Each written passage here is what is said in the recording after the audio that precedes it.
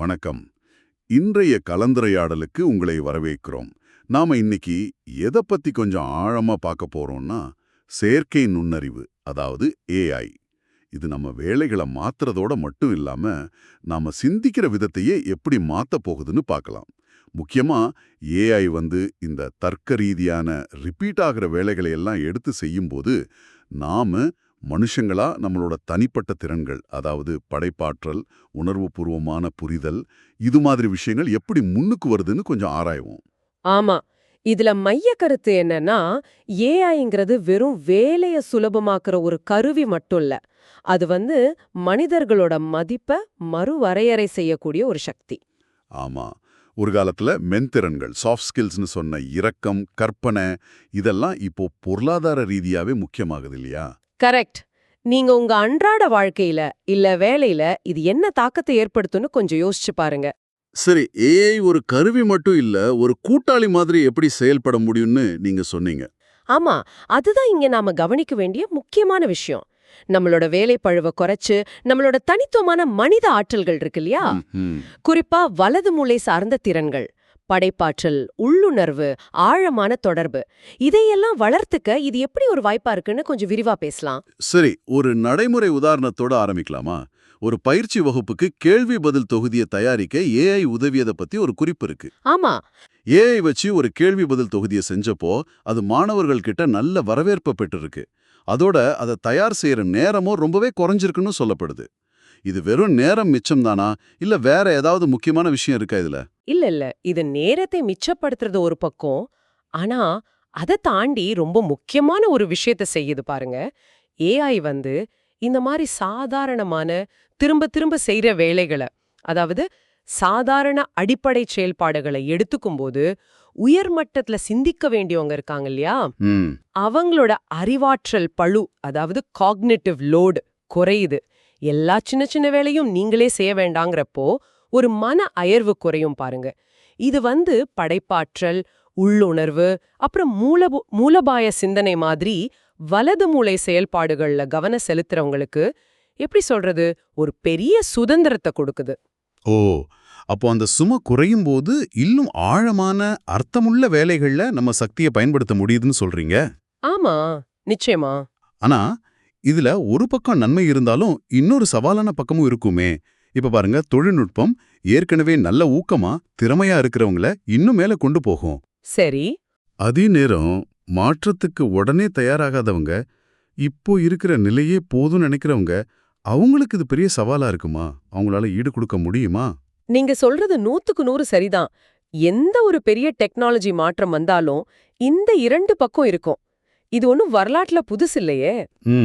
உண்மைதான். சாதாரண கருவிகள் கண்டுபிடிச்சதுல இருந்து தொழிற்புரட்சி இயந்திரங்கள் அப்புறம் கணினிகள் வந்தது வரைக்கும் இதே நிலைமைதான். கணினிகள் வந்தப்போ கூட சில வேலைகள் போச்சு. ஆனா கணினி சார்ந்து ஆயிரக்கணக்கான புது வேலைகள் உருவாச்சு இல்லையா? ஆமா ஆமா. அன்னைக்கு கணினி எப்படி இருந்ததோ அதே மாதிரிதான் இன்னைக்கு ஏஐ இருக்கு. சொல்லப்போனா இது கணினி யுகத்தோட அடுத்த கட்டம்.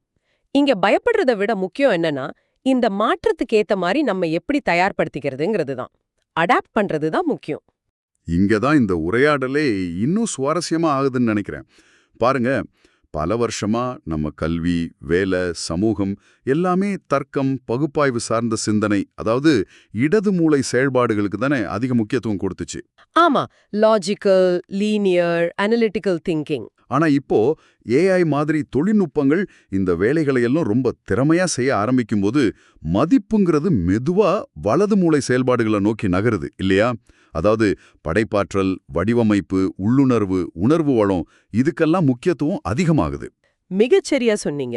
இந்த மாற்றம் ஏன் இவ்ளோ முக்கியம்னா, கலைத்திறன், இரக்கம், கற்பனை வளம், அப்புறம் சூழலுக்கேத்த மாதிரி புரிஞ்சுக்கிறது, இந்த மாதிரி நுட்பமான மனித திறன்களை இயந்திரங்களால அவ்ளோ சுலபமா காப்பி அடிக்க முடியாது. சரி. இதுதான் எதிர்காலத்துல நம்மளோட தனித்துவமான, யாராலும் ஈடு செய்ய முடியாத திறன்களா மாறும். தர்க்க ரீதியா இயங்குற மெஷின்களோட தர்க்கத்திலேயே போட்டி போடுறத விட்டுட்டு மனுஷனால மட்டுமே சாத்தியமாகிற இந்த ஆழமான திறன்களை நாம வளர்த்துக்கணும். அப்போ டேனியல் பிங்க் சொன்னது? ஆமா, டேனியல் பிங்க் கிட்டத்தட்ட 20 வருஷத்துக்கு முன்னாடி அ ஹோல் நியூ மைண்ட் புத்தகத்துல சொன்ன விஷயம் இன்னைக்கு இந்த ஏஐ யுகத்துல ரொம்ப ரொம்ப பொருத்தமா இருக்கு. அன்னைக்கு அது ஒரு கணிப்பு, இன்னைக்கு அது நம்ம கண் முன்னாடி நடக்கிற நிஜம். ஓ, அப்படியா? ரொம்ப முன்னாடியேவா? அப்போ பிசினஸ்லயும் சரி, நம்ம தனிப்பட்ட வாழ்க்கையிலயும் சரி, பச்சாதாபம், அதாவது எம்பதி மாதிரியான மனித பண்புகளுக்கு இன்னும் மதிப்பு கூடுதுன்னு சொல்லலாமா? நிச்சயமா. மத்தவங்களோட தேவைகளை, உணர்வுகளை ஆழமா புரிஞ்சுக்கிறது, ஒரு உண்மையான இணக்கத்தை உருவாக்குறது, நம்பிக்கையை கட்டமைக்கிறது, இதுக்கெல்லாம் நம்ம ஆற்றல்ல கணிசமான பங்கு தேவைப்படுது இல்லையா? ஆமா. ஆனா நம்மளோட அன்றாட தர்க்க ரீதியான சிந்தனைகள், பிரச்சனைகளை தீர்க்கிற மன ஓட்டம், இதெல்லாம் இந்த சக்தியை உறிஞ்சிடுது. ஏஐ இந்த தர்க்கச் சுமைகளை குறைக்கிறதால நாம இந்த மனித தொடர்புகளுக்கு அதிக கவனம் செலுத்த முடியுமா? கண்டிப்பா முடியும். பாருங்க, இயந்திரங்கள் நமக்காக நிறைய வேலைகளை செய்யலாம், யோசிக்க கூட உதவலாம். ஆனா அவை நமக்காகவோ அல்லது நம்மள மாதிரியோ உணர முடியாது. இதுதான் முக்கியம். ம், உணர முடியாது. இந்த உணர்வுபூர்வமான தொடர்பு தான் மனித அனுபவத்தோட மையம். ஏஐ லாஜிக்கல் அனாலிசிஸ் செய்யும்போது நமக்கு மிச்சமாகிற அந்த சக்தியை உறவுகளை மேம்படுத்துறதுலயும், வாடிக்கையாளர்களை இன்னும் ஆழமா புரிஞ்சுக்கிறதுலயும், டீமா சேர்ந்து வேலை செய்யறதுலயும் பயன்படுத்தலாம். இது பிசினஸ் வெற்றிக்கு மட்டும் இல்ல, ஒரு நிறைவான வாழ்க்கைக்கும் ரொம்ப அவசியம். இத வடிவமைப்பு, அழகியல் மாதிரி துறைகளோடு சேர்த்து பார்க்கும்போது இன்னும் தெளிவா புரியுது. ஏஐ பயன்படுத்தி சில டிசைன் செஞ்ச ஒரு அனுபவம் இங்க சொல்லப்பட்டிருக்கு. ஆமா. அதுல ஒரு ஐடியாவை சொன்னதும் அதை ஒரு கட்டமைப்பா மாத்துறதுக்கு, அதாவது இடது மூளை செய்யக்கூடிய அந்த லாஜிக்கல் ஒழுங்கமைப்பை ஏஐ ரொம்ப சரியா செஞ்சிருக்கு.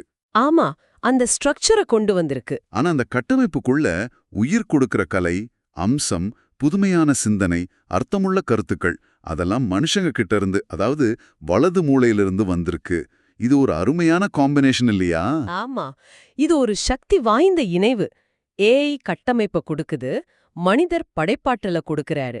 இந்த அனுபவத்துல குறிப்பிடப்பட்ட இன்னொரு முக்கியமான விஷயம் என்னன்னா, இந்த மாதிரி செய்யும்போது மற்றவங்க மேல நம்ம வச்சிருக்கிற அக்கறை குறையல, அதே சமயம் சோர்வும் குறைஞ்சிருக்குன்னு சொன்னாங்க பாருங்க. ஆமாமா, அது ரொம்ப முக்கியம். பாட்டையும் குறைக்காம அதை இன்னும் அதிகப்படுத்த உதவி இருக்கு. மனுஷனோட படைப்பாற்றலும் ஏஐயோட செயலாக்க திறனும் சேரும்போது அது நம்ம திறன்களை பல மடங்கு பெருக்க ஒரு வாய்ப்பு கொடுக்குது. இந்த இணைவு உங்களை எப்படி உணர வைக்குது யோசிச்சு பாருங்க. இது வெறும் உற்பத்தி திறன் அதிகம் பண்றது மட்டும் இல்ல, நம்ம வேலையோட தன்மையே மாத்தும் சக்தி கொண்டது இல்லையா?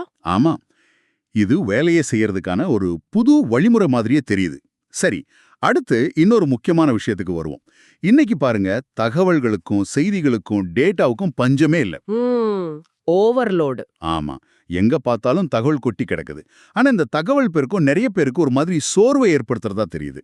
ஒரு தகவல் சோர்வு, இன்ஃபர்மேஷன் ஃபெட்டிக்னு சொல்லுவாங்களே, அது மாதிரி. உண்மைதான். அது வெறும் தகவலா, இன்ஃபர்மேஷனா இருக்கும்போது மனசுல நிக்கிறது இல்ல. ஆனா அதே தகவல் உணர்வுகளை தொடர மாதிரி கதைகளா, கவிதைகளா, ஓவியங்களா இல்ல அனுபவங்களா சொல்லப்படும்போது அது ஆழமா பதியுது. ஆமா, நிச்சயமா. தகவலை அர்த்தமுள்ளதா மாத்துறதுங்கிறது அதை நம்ம எப்படி வெளிப்படுத்துறோங்கிறதுல தான் இருக்கு. இங்க மறுபடியும் வலது மூளையோட பங்கு வருது.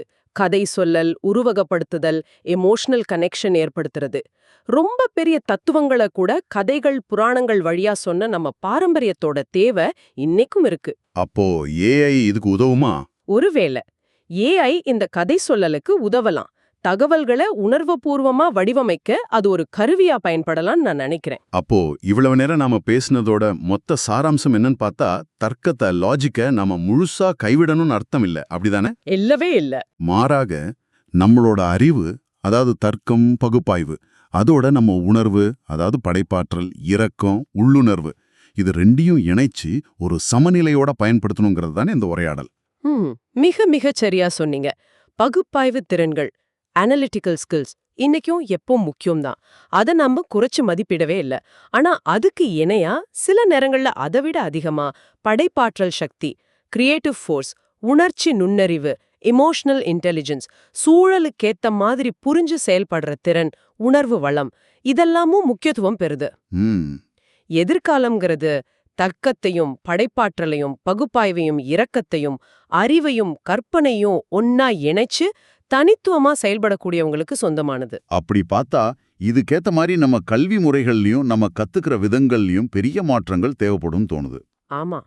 தர்க்கத்துக்கு மட்டுமே முக்கியத்துவம் கொடுத்த பழைய முறைகள் மாறி படைப்பாற்றலுக்கும் உணர்வுபூர்வமான வளர்ச்சிக்கும் முக்கியத்துவம் கொடுக்கிற புது அணுகுமுறைகள் வரணுமா? இது சீக்கிரம் நடக்குமா? இது உடனே நடக்காதுங்கிறது உண்மைதான். மாற்றங்கள் குறிப்பா கல்வி மாதிரி அடிப்படை அமைப்புகள்ல மெதுவா தான் நடக்கும். ஆனா இந்த தேவை உணரப்பட்டு வருது. மாற்றம் நடந்துகிட்டு தான் இருக்கு. ம், வரப்போற காலம் வெறும் தகவல்களையோ பொருட்களையோ கொடுக்கறத விட ஆழமான அனுபவங்களையும் தனித்துவமான உணர்வுபூர்வமான மதிப்பையும் கொடுக்கக்கூடிய தனிநபர்களையும் பிசினஸ்களையும் சேவைகளையும் நிச்சயமா முன்னாடி கொண்டு வரும். ஏஐ யுகத்துல இயந்திரங்கள் செய்ய முடியாத அந்த தனித்துவமான மனித திறன்கள் தான் நம்மள வேறுபடுத்தி காட்டும். இன்னைக்கு நாம பேசுனதுலேருந்து என்ன புரியுதுன்னா, ஏஐய பாட்டு நாம பயப்பட மட்டும் தேவையில்லை.